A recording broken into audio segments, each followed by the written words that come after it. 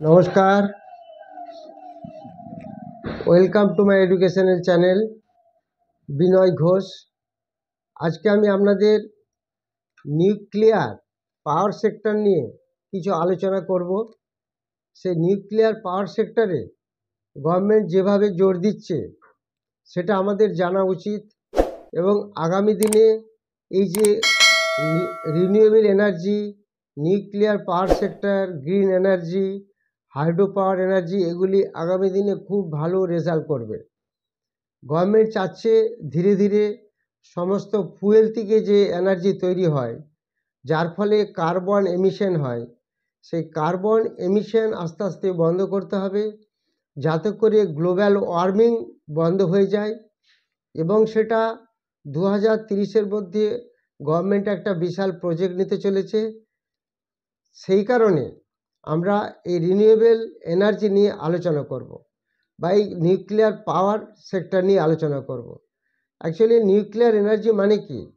Nucleus থেকে, অর্থাৎ main যেটা হলো অ্যাটমস, তার মধ্যে যে প্রোটনস এবং নিউট্রনস আছে সেগুলিকে ফিশনের মাধ্যমে, সেখান থেকে প্রোটন এবং নিউট্রনের মাধ্যমে হয় নিউক্লিয়ার এনার্জি।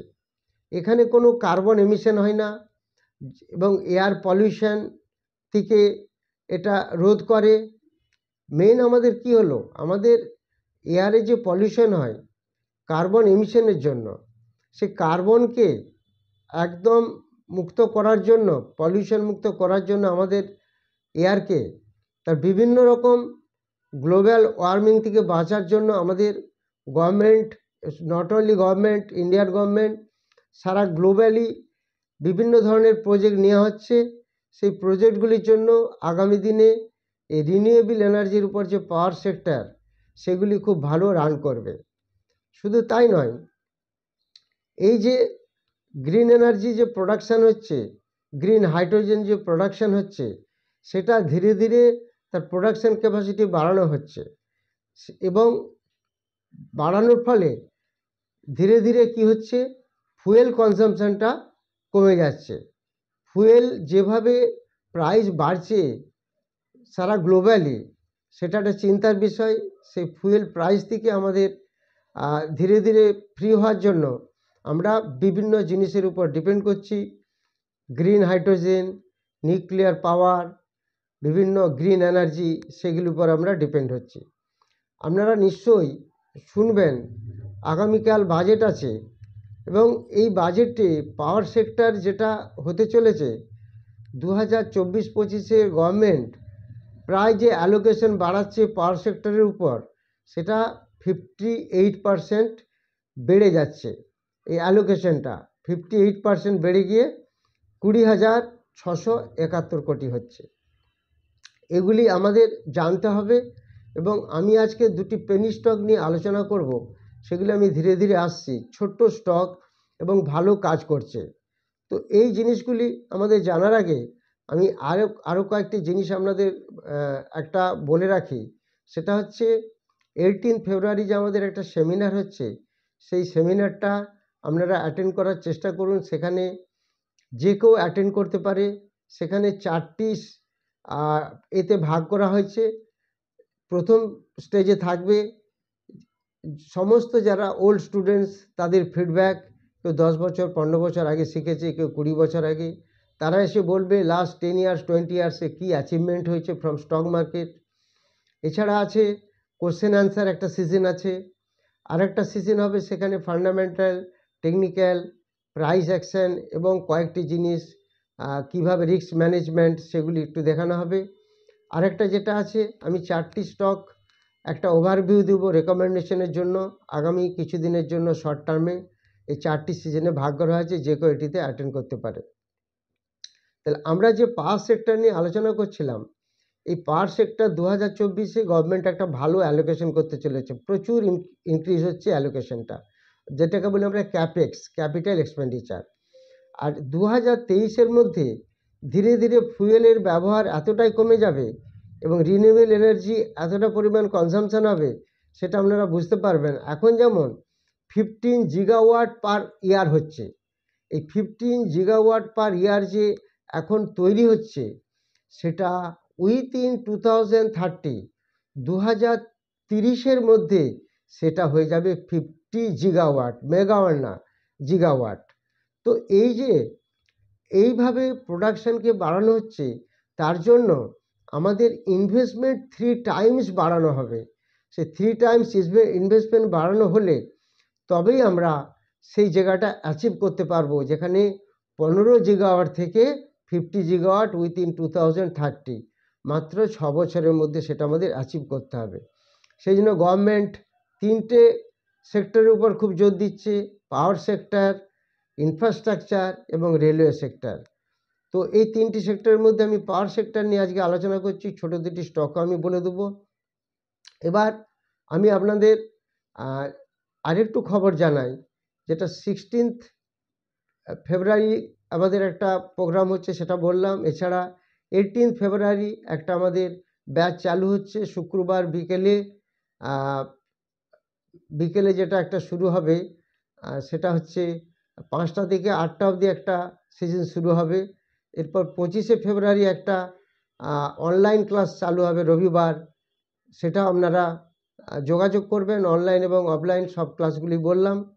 আর যারা টেলিগ্রাম চ্যানেলে, পেড চ্যানেলে আসতে চান, যেটা আমার প্রাইভেট চ্যানেল, যেমন আজকে একটি স্টক আমি বলে দিয়েছি 11টার সময়, সেটা অলরেডি ভালো এফেক্ট হচ্ছে, আগামী কয়েকদিনের মধ্যে একটা ভালো এফেক্ট দেবে। সেগুলি আমি আপনাদের সঙ্গে ধীরে ধীরে বলছি। আজকে আমি দুটি স্টক নিয়ে আলোচনা করব। এবার সেই দুটি স্টকের মধ্যে আমরা যে সেক্টরটি নিয়ে আলোচনা করছি, সেখানে প্রচুর কোম্পানি আছে। যেমন এনটিপিসি আছে, এল&টিকে আমরা সবাই কনস্ট্রাকশন বলে জানি, লার্সেন অ্যান্ড টুব্রো। যে এল&টির একটা বেশ অবদান আছে এই রিনিউয়েবল এনার্জিতে। এছাড়া আছে আদানি গ্রিন, আদানি পাওয়ার, আদানি টোটাল গ্যাস, এছাড়া আছে ইন্ডিয়ান অয়েল, রিলায়েন্স। এই সমস্ত কোম্পানিগুলি এখানে আছে। আরও প্রচুর কোম্পানি আছে। আমি দুটি কোম্পানি নিয়ে, ছোট্ট কোম্পানি নিয়ে বলবো। এখন সেগুলি আপনারা দেখুন। আমি তাদের সমস্ত চার্ট, এই সমস্ত কিছু আপনাদের সামনে তুলে ধরবো এবং ডিটেলস সেটি দেখাবো।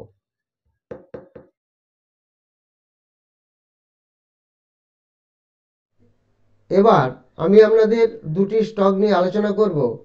তার মধ্যে আমি একটি স্টক আপনাদের দেখাচ্ছি, সেটির নাম আপনারা দেখুন। সেটি হচ্ছে ইন্ডিয়া পাওয়ার কর্পোরেশন। এই ইন্ডিয়া পাওয়ার কর্পোরেশন এটি একটি ছোট্ট স্টক। এখন দাম চলছে 24 টাকা। তো এর মার্কেট ক্যাপিটাল কত? 2357 এবং কারেন্ট প্রাইস 24। এটা হাই গেছিলো, অল টাইম হাই ছিল 48 টাকা। স্টকের বুক ভ্যালু আছে 10, ডিভিডেন্ড সামান্য পরিমাণ দেয়, ফেস ভ্যালু 1। এর গ্রাহম নাম্বার 5.79, পেগ রেশিও -19, প্রায়ার টু score 7, price to book value 2.32, ডেপ্ট ইকুইটি 0.23, ডেপ্ট খুব কম আছে। প্রমোটারের কাছে 60% শেয়ার আছে, এফআইআর ডিআর কাছে কোনো শেয়ার নেই। এবার ইন্ডাস্ট্রি পি আছে 23.7। এই কোম্পানিটি আমি আপনাদের দেখাচ্ছি। এদের অ্যাকচুয়ালি পিআর গ্রুপে আর যেগুলি আছে সেগুলি NTPC, Adani green, power grid, Adani পাওয়ার, টাটা পাওয়ার, আদানি এনার্জি, এগুলি সব আছে। এই ইন্ডিয়া পাওয়ার কর্পোরেশন, এই স্টকটির প্রফিট স্ট্রাকচারটি আমরা একটু দেখে নেব। এই প্রফিট স্ট্রাকচারের মধ্যে এটা কোয়ার্টারলি প্রফিটের মধ্যে দেখুন, এটা দেখতে পাচ্ছি আমরা ডিসেম্বর 2022-এ প্রফিট ছিল 3.51 crore, মার্চ 2023-এ 3.28 crore, জুন 2023-এ 3.34 crore, আর সেপ্টেম্বর 2023-এ 3.76 crore। অর্থাৎ 3 থেকে 4 কোটির মধ্যে একটা প্রফিট রান করছে, এটা কোয়ার্টারলি। এবার অ্যানুয়াল প্রফিট যদি আমরা দেখি, সেখানে দেখতে পাচ্ছি প্রথমে আমরা যেটা দেখতে পাচ্ছি, মার্চ 2021-এ ছিল 27 কোটি, মার্চ 2022-এ কমে 16 কোটি, মার্চ 2023-এ আরেকটু কমে 14 কোটি, এখন 12 মান্থসে আছে 14 কোটি আছে। তো এই যে স্টকটি ইন্ডিয়া পাওয়ার কর্পোরেশন, এর ফান্ডামেন্টাল যে খুব একটা ভালো তা নয়, কিন্তু কোম্পানি প্রফিট পজিশনে আছে এবং প্রমোটার হোল্ডিংটা বেশ ভালো আছে। তো সেই হিসাবে এই স্টকটি আপনারা একটু ফলো করতে পারেন। এই কোম্পানিটি যদি আমরা দেখি, ইন্ডিয়া পাওয়ার কর্পোরেশন, এটা অ্যাকচুয়ালি দেখুন রিটার্ন কি দিয়েছে আমরা যদি দেখি, এটা রিটার্ন আছে 5 ডেজে আছে 7.80%, আর 1 মান্থে আছে 23%, 6 মান্থসে আছে 60%। তাহলে আলটিমেটলি ধীরে ধীরে স্টকটি বাড়ছে এবং একটা ধীরে ধীরে স্টকটি বেড়ে একটা ভালো পজিশনে যাচ্ছে এবং প্রফিট স্ট্রাকচারও এটির ভালো আছে। তো তার কারণ এই স্টকগুলি আরও বাড়ার একটা প্রবণতা আছে, কম দামি স্টক অথচ প্রফিটে আছে, প্রমোটারের কাছেও বেশ একটা ভালো শেয়ার আছে। তো এছাড়া আমরা আরও কয়েকটি জিনিস দেখব। ইন্ডিয়া পাওয়ার কর্পোরেশন ছাড়া আমরা আরেকটি স্টক নিয়ে আলোচনা করব। সেই স্টকটি দেখুন, এই স্টকটি নিউক্লিয়ার পাওয়ার তৈরি করছে। এটা 5780 megawatt, 9580 megawatt of nuclear power generation capacity, এটি অলরেডি ক্যাপাসিটি আছে। তো এই যে কোম্পানিটি, এটা হচ্ছে যে 60% of India's nuclear power capacity এটা তৈরি করবে, মোর দ্যান 60%।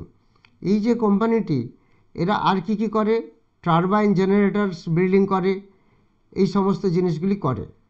তো এই কোম্পানিটি যে প্রোডাকশানগুলি করে সে পাওয়ার সেক্টরে, সেগুলি আমি আপনাদের বললাম। এই কোম্পানিটির নাম হচ্ছে হিন্দুস্তান কনস্ট্রাকশন কোম্পানি, এইচসিসি।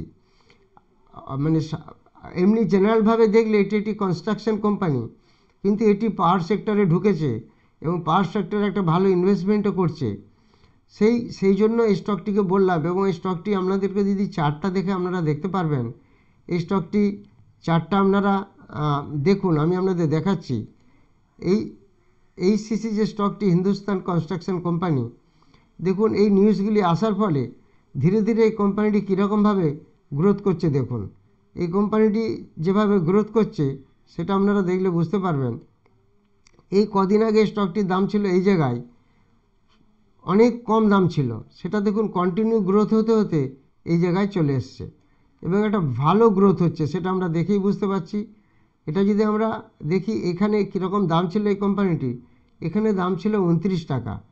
আর এই কদিনের মধ্যে, এখানে আপনার ডেট হচ্ছে ডিসেম্বর মাস, সেটা এখন জানুয়ারি মাস, 1 মাসের মধ্যে স্টকটি এখন দেখুন হাই গেছলো আজকে 46 টাকা 30 পয়সা, এখন চলছে 45 টাকার মতো। অতএব ধীরে ধীরে স্টকটি কিভাবে বেড়ে যাচ্ছে। আমরা সবাই এই স্টকটিকে হিন্দুস্তান কনস্ট্রাকশন কোম্পানি, কনস্ট্রাকশন নামে জানি, কিন্তু এই স্টকটি এখন যেহেতু পাওয়ার সেক্টরে ঢুকেছে, এটি আমাদের নজর রাখতে হবে। তো এই দুটি স্টক আমি বললাম, একটা হিন্দুস্তান কনস্ট্রাকশন কোম্পানি আর একটা হচ্ছে ইন্ডিয়া পাওয়ার কর্পোরেশন লিমিটেড। এই দুটি স্টক আমরা ফলো করব। আমি চারটিও দেখালাম এইচসিসির। তো এবার আমি আপনাদের যেটা বলছি, যারা 16 ফেব্রুয়ারি ফ্রাইডে 5টায় ক্লাস করতে চান, নতুন ক্লাস শুরু হবে। এটি অফলাইনের ব্যাচ, যেখানে fundamental analysis, technical analysis, future, option এবং ইন্ট্রাডে স্ট্র্যাটেজি, কিভাবে আমরা লাইভ মার্কেটে ইন্ট্রাডে করব, অপশানে কাজ করব, সেগুলি সমস্ত শেখানো হবে। প্রাইস অ্যাকশন, ক্যান্ডেলস্টিক্স, চার্ট প্যাটার্ন সব শেখানো হবে। এছাড়া 25শে ফেব্রুয়ারি সানডে 8 PM আরেকটি ক্লাস শুরু হবে, সেটা অনলাইন, রাত্রি 8টা থেকে 10টা। সেটাতেও আপনারা অংশগ্রহণ করতে পারেন। সেগুলি ফোন আছে, ফোন নাম্বারে কোয়ারি করে দেখে নেবেন। এছাড়া যারা টেলিগ্রাম চ্যানেলে আসতে চান তারাও যোগাযোগ করবেন। টেলিগ্রাম চ্যানেলে একটা সুবিধা পাওয়া যায়, আপনারা সিন্ডিকেটের স্টকগুলি আগেই দেখেছেন, দীর্ঘদিন ধরে দিয়েছি, এখনও দিচ্ছি মাঝে মাঝেই। আলটিমেটলি সেই টেলিগ্রাম চ্যানেলে যারা জয়েন করতে চান, তবে মনে রাখবেন ফেক টেলিগ্রাম চ্যানেল অনেকগুলি এসে গেছে আমার নামে, সেগুলি ওপেন চ্যানেল। আমার চ্যানেলটি প্রাইভেট চ্যানেল, আপনারা কেউ দেখতে পাবেন না যতক্ষণ আমি আপনাদের জয়েন করাই। সেই জন্য সেখানে জয়েন নাও বলে কিছু লেখা নেই, এবং সেখানে অনেক ফেক চ্যানেল এসে গেছে, সেখানে ফ্রড চ্যানেল দ্বারা আপনাদের প্রলোভন দেখাচ্ছে, সেগুলি থেকে একটু আপনারা সাবধানে থাকবেন। যারা চ্যানেলে নতুন তারা অবশ্যই সাবস্ক্রাইব করুন, চ্যানেলটিকে লাইক করুন এবং প্রত্যেকের মধ্যে এগুলিকে শেয়ার করুন, যাতে করে আগামী দিনে আমরা শেয়ার মার্কেটে ভালোভাবে কাজ করতে পারি।